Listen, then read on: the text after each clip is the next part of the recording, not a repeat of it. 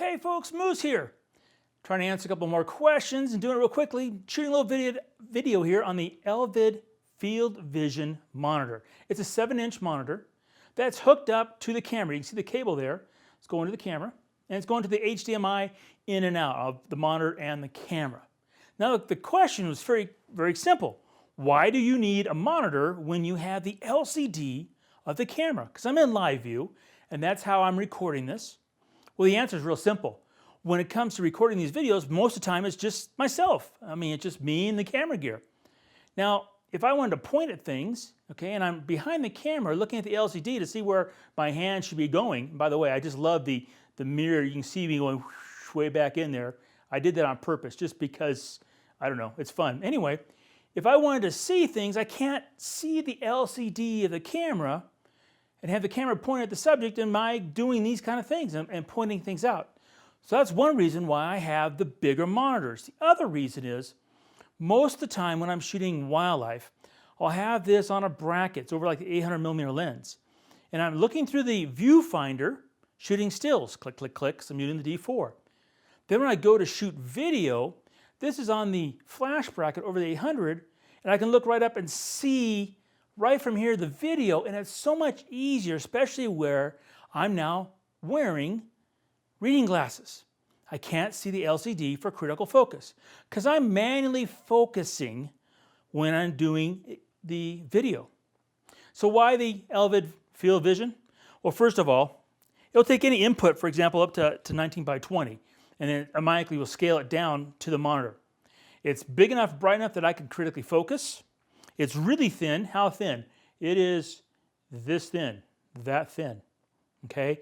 It's a really thin, really light little guy.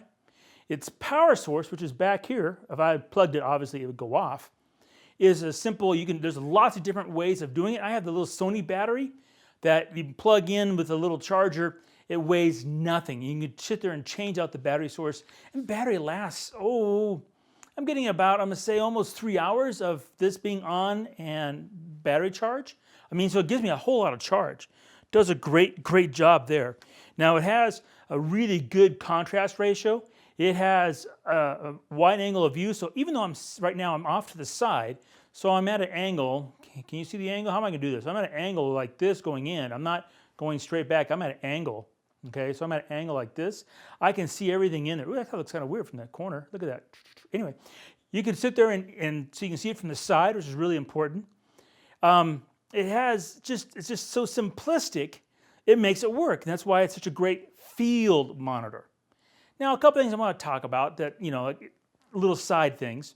It comes with a small little hot shoe. This is in the hot shoe of a camera, ball head. The one that comes with it, chuck it. It's worthless. It might hold up a couple toothpicks. Not worth a hoot. That's why I have the big Manfrotto, the 492 LCD.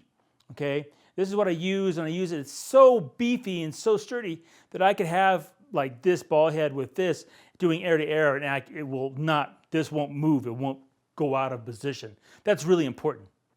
It has a very important feature which you can't tell right now. It has a built-in speaker back here. So you can do sound checks and stuff. You can actually hear right from the speaker. You don't need headphones. Now, headphones are for critical work, but like right now, I'm in an office, I'm in a studio. It's just fine for what I'm doing.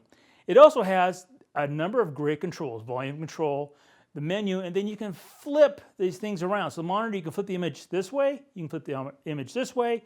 So it gives you a whole bunch of possibilities and flexibility. And it's really inexpensive. This whole unit, less than $250. Ooh, that's kind of cool too. Look at my fingers, they're never the same. Anyway, self-entertainment. So it's very inexpensive. And that's really important. Now, I'm going to tell you this one little side note. If you get one of these monitors, okay, get yourself a whole bunch of the HDMI cables. Now this is the short one. So when this is mounted right to the hot shoe, this cable will go right into the HDMI port on the camera. So I just use this little short cable. That way I don't have a bunch of long cable that's flopping around that can scare critters. And I have a bunch of longer ones with me. So I'm always traveling with at least 3 of these HDMI cables. Why is that? They break. I don't know what it is about them. You can buy the most expensive, you can buy the cheapest. They all seem to last the longest. So I always have extras because when the cable ain't working, the monitor ain't working. Well, that's it. That's very simple. That's the Elvid FieldVision 7-inch field monitor. It's a great little tool that I for doing videos, can't work without.